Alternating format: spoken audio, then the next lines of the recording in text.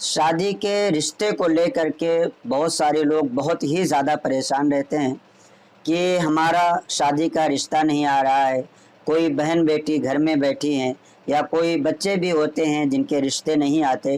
तो ये सारी चीज़ें अगर आप जानना चाहते हैं कि रिश्ते क्यों नहीं आते और रिश्ते कैसे आएंगे, तो इस वीडियो को मुकम्मल तौर पर देख लीजिए।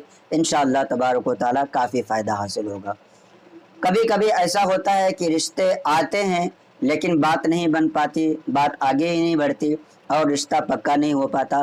ख़ास तौर से लड़कियों के मामले में बहुत ज़्यादा मसाइल पेश आते हैं कि कभी जहेज़ वगैरह को लेकर के रिश्ते सेट नहीं हो पाते या कभी और किसी वजह से लोगों की आपसी दुश्मनी होती है कि किसी के यहाँ कोई लड़की को देखने के लिए आया हुआ है, तो जा कर के आपसी रंजिश की वजह से उसको लड़की की गलतियाँ वगैरह बताते हैं। ऐसे लोग बहुत ही बड़ा गुनाह का काम करते हैं। किसी का बनने वाला रिश्ता अगर वो ख़राब करते हैं तो यकीन जानिए कि वो लोग ज़रूर गुनहगार होते हैं। तो अगर आपके साथ भी कभी ऐसा हो रहा है कि रिश्ता तो आ रहा है लेकिन रिश्ता नहीं जम रहा है या रिश्ते ही नहीं आते हैं, तो आज मैं आपको बताऊंगा हज़रत अली रज़ियल्लाहु ताला अन्हु का एक वाक़या और आप ही का बताया हुआ एक अमल। इंशाअल्लाह तबारक व ताला आपको इससे बेपनाह फ़ायदा हासिल होगा। हज़रत अली रज़ियल्लाहु ताला अन्हु के पास एक शख्स आया और वो रो रो करके कहने लगा कि मेरी एक बेटी है जो बहुत ही हसीन व जमील है और उसकी शादी की उम्र हो चुकी है। आज से कुछ दिनों पहले, कुछ सालों पहले उसके बहुत से रिश्ते आते थे लेकिन कोई भी रिश्ता उसका जम नहीं पाता था। किसी न किसी तरीके से वो रिश्ता टूट जाता था और बात आगे नहीं बढ़ पाती थी। लेकिन आज उम्र वो उसकी जा रही है, शादी की उम्र हो चुकी थी और शादी की उम्र आज शादी की उम्र से ज़्यादा हो रही है।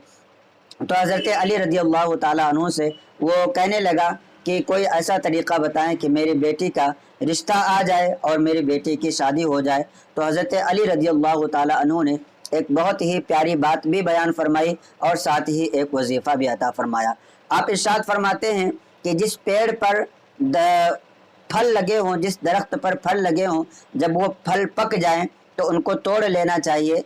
अगर फल पेड़ पर लगे रहें और उनको तोड़ा ना जाए तो ऐसी सूरत में वो सड़ जाते हैं और फिर उनको कोई खाने के लिए तैयार नहीं होता है।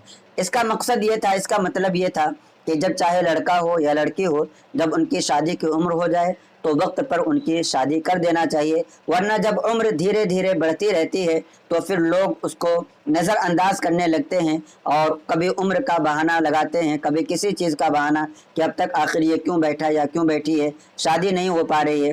तो ये सारी चीज़ें हर माँ बाप को ज़रूर ख्याल रखना चाहिए कि जैसे ही बच्चे या बच्चे की शादी की उम्र हो जाए उनकी शादियाँ करा दें।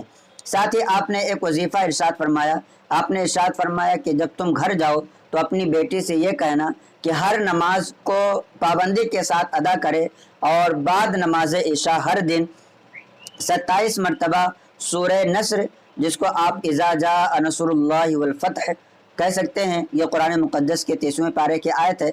आपको अगर नहीं याद है तो इसको याद कर लीजिए। और इसी तरीके से 27 मरतबा सूरह कौसर, इन्ना आतैना कल कौसर फसल्लि लिरब्बिका वन्हर इन्न शानिअका हुवल अबतर, 27 मरतबा ये दोनों सूरतें पढ़ें। इंशाअल्लाह तबारक व तआला जल्द ही कोई अच्छा सा रिश्ता, चाहे लड़का हो या लड़की हो, दोनों के लिए इंशाअल्लाह तबारक व तआला आएगा।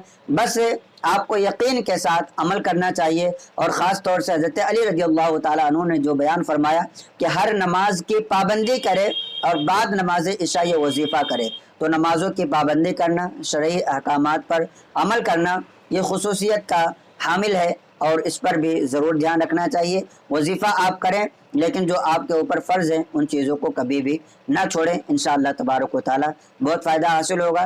तो जिसके रिश्ते आते हैं या जिसके रिश्ते नहीं आते उनको चाहिए कि हर नमाज इशा के बाद 27 मरतबा सूरह कौसर, 27 मरतबा सूरह नस्र पढ़ें। इंशाअल्लाह तबारक व तआला बहुत फ़ायदे हासिल होंगे। अस्सलामु अलैकुम व रहमतुल्लाहि व बरकातहू।